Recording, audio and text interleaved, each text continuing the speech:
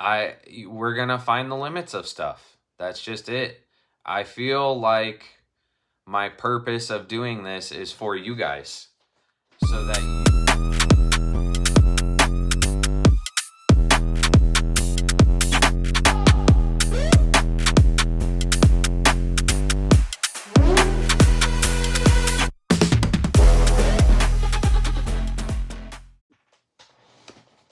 All right, guys.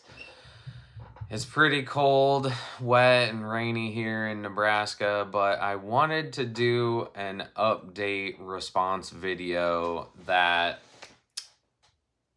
I have been reading the YouTube comments, trying to respond to a lot of you. It's been a lot of great, coverage on the comments with the last two videos regarding the teardown, what we found, what's going to come up, stuff like that. So I wanted to give you guys a response here. And some of your guys' theories were spot on, funny, far-fetched. I mean, they were great. Let's get down to business and talk about what is coming up for the beater bomb and what my plan is after I respond to some of your guys' comments. Now, a lot of you saw the casting flaw or fix, whatever you want to call it, in the installation video. Now, I'm not gonna lie, I didn't notice it. I mean, you guys are seeing real life, real time response to what I see in the videos. I don't do any editing magic to make it seem like I'm faking it or anything like that. You guys are like, oh, well, how come you didn't notice it before? I mean, I don't know. Todd Mashmeyer from Mashmeyer Performance Engines built the engine, and, I just put it in the car. That's what I did. Like, we didn't inspect it. We trust Todd with, everything. And as you have seen, I'm going to mention this several times, it has gone nearly 185 miles an hour out of a stock block. We are the fastest in the world, and no one else has done that. So, yeah, we're going to break some stuff. I mean, it happens. So, back to the head casting flaw thing. In the first video of the teardown, I had no idea. You see that in the emotions or what I'm talking about. I had no idea. Now, granted, after coming in for the night from the shop and calling Wes at Frankenstein and showing him what I found, he did some more digging also and figured out, oh yeah, it was like that. Now, you guys are all, some of the few comments regarding the heads are like, oh, they gave you the scratch and dent special, blah, blah, blah. No, they didn't. Like, these heads have performed flawlessly, making 2,200 horsepower on very low boost and holding whatever I threw at it until I made the mistake of messing up the tune-up. I have admitted that several times. So, overall, the heads are perfect. Yeah, they have a little bit of imperfection just for looks, but like I showed you guys in the video, around the area of the actual head stud and washer is untouched. Now, I didn't know that ahead of time. When we stopped at the racetrack, I didn't know that ahead of time. So now that it's apart, you see there's nothing that caused that little issue, and there was deeper issues.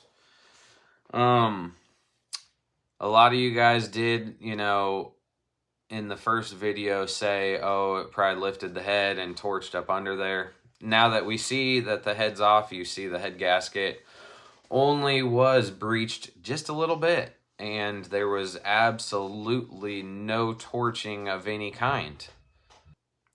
Also, a lot of people in the first video had cracked theories. I mean, like I said, all of my theories were far-fetched too, because I had no idea.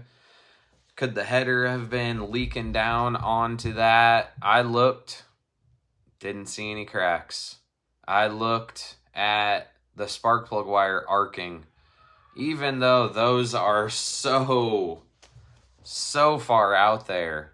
I looked at all of that and did not see anything either, which, as we know now, it was like that. I really think it's awesome that some of you guys were able to notice it in the installation video, because I didn't. So that really shows that you guys are paying attention. Some of you that are listening to these videos through and throughout are really paying attention and hopefully learning stuff, because I am trying to teach you guys too, along with this adventure of YouTube. So it's been great. Oh my gosh. One of the, I don't want to say annoying comments. You know, I just bragged about how a lot of you pay attention and stuff, but there are new people that come on the channel that have not been following this LSV12 adventure. No, it's not a 12-cylinder. Oh my gosh. The amount of comments that are, oh, I came here to see a V12. Guys, it's not a 12-cylinder. It stamps V12 on there, and I thought it was an awesome joke to go along with. People that have been following the beater bomb for a long time know I made up some crazy engine names. The 6JZ, the 4JZ, you know, here and there. If you've been following me for a long time, you know that I've made up some crazy names. But overall, from the research I have done, I believe the V12 stamped on the engine is version 12 of whatever casting GM used when they cast this block. So no, it doesn't mean it's a V12. Well, it is a V12, but it's not a 12-cylinder. So just to comment back to some of those people that are upset, oh, I came here to see a V12. No, it's not. It's an 8-cylinder V8, but it's stamped a V12. Okay? I mean, you can see that clear as day. So, another thing I wanted to respond to. Why do you use that piston? Why isn't your block filled? Guys, this engine was not meant to go out there and break world records. This engine was built on a whim and something new I wanted to try. I had an LS in this car roughly 6 or 7 years ago now, and the big block thing has been fun. It's been great. But I wanted to try something new. Now, I did specifically intend to build a stock block in case I wanted to chase the stock block record. But we didn't put a lot of effort into this motor. Off-the-shelf pistons, off-the-shelf rods, off-the-shelf crank, all because Todd knew my intentions were at one point to push this thing, and in the meantime, getting to that point, we were going to hurt some parts. So waiting on a set of custom pistons, rods, whatever, would have been a really timely manner. Custom pistons, usually you have to wait 6 to 8 weeks. With a little expedite fee, it could be cut in half, but still. Now, granted, I'll talk about this a little later, but the new parts we've already got. So, but either way, these pistons that you saw melted, not melted, but fatigued, I would call it, because of no ringland support, are what you can buy from Summit, Jags, Wiseco. I mean, you can buy directly from them and get them the next day. They don't have to make them. They're just sitting on the shelf and ready to go. But it's also crazy that you guys want to see more exotic parts in this engine. And then what? You're going to complain that it's not a world record because it's exotic? I think it's cool that all of these off-the-shelf parts can be capable of setting a world record for the stock block. That just goes to show that you guys don't need custom pistons. 6-bolt block, Sure, this engine top end, the F710 heads from Frankenstein, the billet intake, solid roller cam, all of that is super duper stuff to make high horsepower. And I knew it from the get-go that that is the route I wanted to go. 427 cubic inches. I knew from the get-go there is no replacement for displacement. I mean, I fully believe that this thing has the potential to go 190. On that 998 60-foot run, we were 8 miles an hour faster to the 1 second mark than the 406 run. And they were laid on top of each other, just going that much faster. So I fully believed that it was going to be 190. So we're getting off on a tangent here, but back to the off-the-shelf parts here. Yes, a better piston design probably would have handled my mistake. Probably would have lived through that one pass of a slight tune-up issue. But I'm putting the same pistons back in. And we're going to get back out there and try again. I personally do not believe that it was the pistons or the parts' faults of what happened to them. When you are using a engine combination above its potential, yes, I fully believe this LS platform, we're in new territory here. Like I said, there's no one else that has been 185 with a stock block. And we're going to find the limits of stuff. That's just it. I feel like my purpose of doing this is for you guys, so that you know what these parts can handle, what these off-the-shelf pistons can handle. It's not even a billet crank. It's a Cali's Magnum crank. Originally, I thought we were going to use a billet crank, but I think this Magnum crank we just decided was going to be enough. And looking at it, still pretty good. Still really good. When I pulled the bottom end apart, the main bearings all looked very good. I was really worried. We are 25 runs in. I was really worried that the bearings were going to be toast, and nope, none of them were. So all of these off-the-shelf parts are living still, and I fully intend to get the pistons back in there take the nitro out, unfortunately. I'm just not ready to run the nitro. I do believe nitro is awesome. Super awesome. I love it. I plan to run it again. Just, I should have taken things a lot slower and not just gone out there and ran,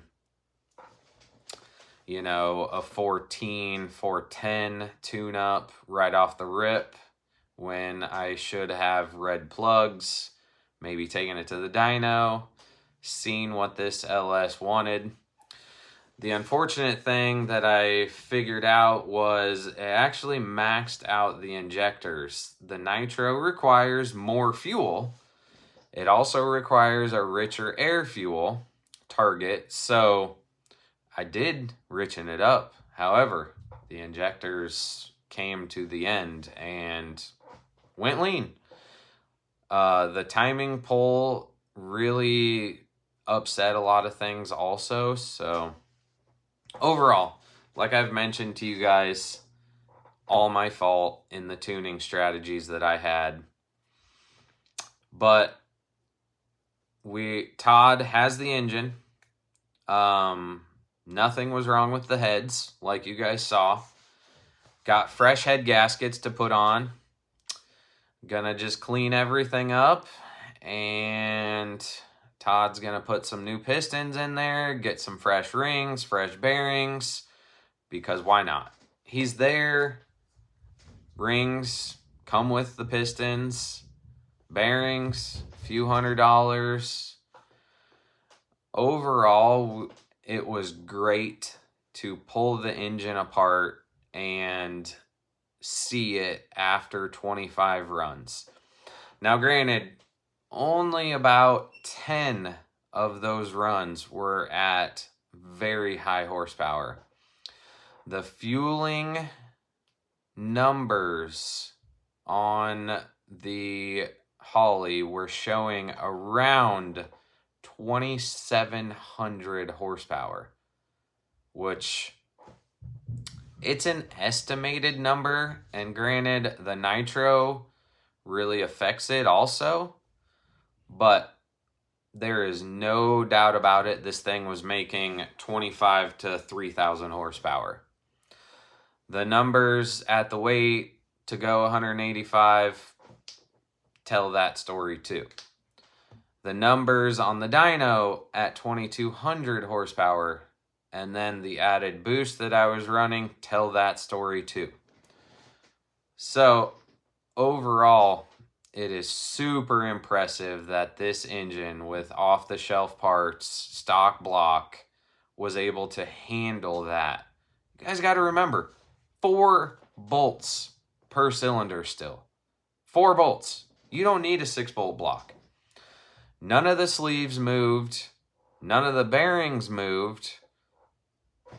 Where's the end? Where is the end? I don't know.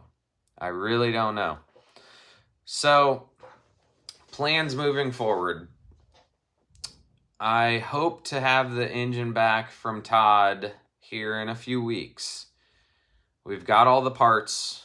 Like I said, new pistons and new rods. I don't want to chance ruining what we have going here over possibly compromised rods. The rods are aluminum. Like you saw in the video, I have showed you guys everything in the videos. The rods are aluminum, and yes, you can measure their lengths to see if they are getting squished. But guys, a set of rods is $1,000, $1,200.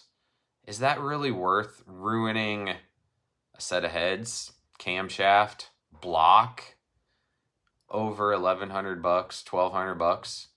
I don't think so. I would much rather go into 2026 season with a fresh set of rods. I think it'd be awesome to sign these rods and pistons and put them in some merch orders. I am going to be working on some new t-shirt designs coming up. I don't have any merch right now, so I only have a few hoodies left. I think it's these ones, but either way, I'm basically ran out a few months ago and just haven't gone around to it. So, plans moving forward. Get the motor back from Todd, get it in the car, and like I said earlier, it's really cold and rainy here, so we're going to have to head south to find a track to pursue threes. I don't think I will be going .998 60 foot again. Now it's possible, but I am going to target the 104-ish, 103 range and be content there.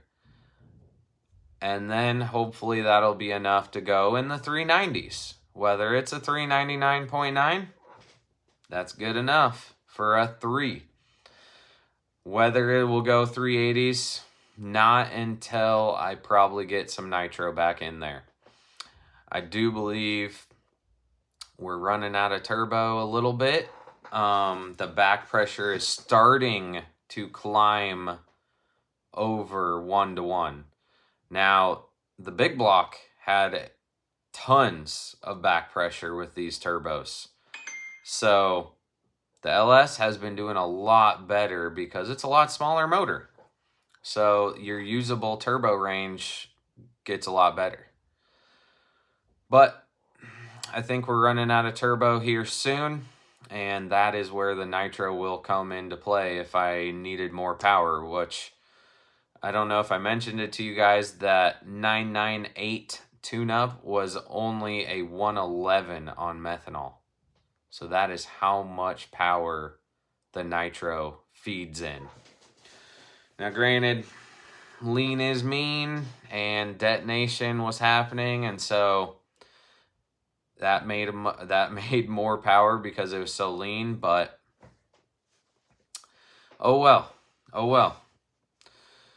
Another thing I forgot to bring up, you guys saw, there's been a lot of comments. Oh, it's filled. Oh, it has billet main caps. You guys saw. Wide open. Well, why don't you fill it? Because I think it's impressive to do it without fill. And I don't think it's needed. That is another reason why I'm doing this, is I want to find what is the limit. I don't want to fill the block or put billet main caps in and then have you guys discredit a record because, oh, it had this, or oh, it had that. Or, oh my gosh, there is another machine shop out there that has put out some videos of a highly modified stock block. And after talking to John, the guy that is in charge of the records, he's been keeping track of the records for a long time, I don't think that is going to be allowed. Now, I don't know if he's publicly said that, but my opinion, that is pretty far out there. And I'm not even going to put it out there, what that person is doing to the block, I have proved you don't have to do that. I have proved you don't need that. Now, granted, will a tune-up hurt parts? Every single time. Whether you had a 6-bolt motor, it hurt parts. So, to put the stock block at blame or the off-the-shelf pistons at blame is wrong. That is flat out wrong. And I'm here to prove why. I'm going to show you guys that I can go out there and do it with the parts I had, the off-the-shelf parts, Wiseco pistons, R&R rods, and the Callie's Magnum crank. So I'll get back to you guys when I get the motor back, but otherwise it's going to be a cold, snowy time here in Nebraska. All right, so we're going to end it off there. Please, guys, make sure you like, comment, subscribe. I'd love to read your comments. I love to respond to them. And, you know, keep the interaction. If you guys got questions, ask them. I mean, that's what the comment section's for, I think. But we're going to end it off here, and we'll see you guys next time.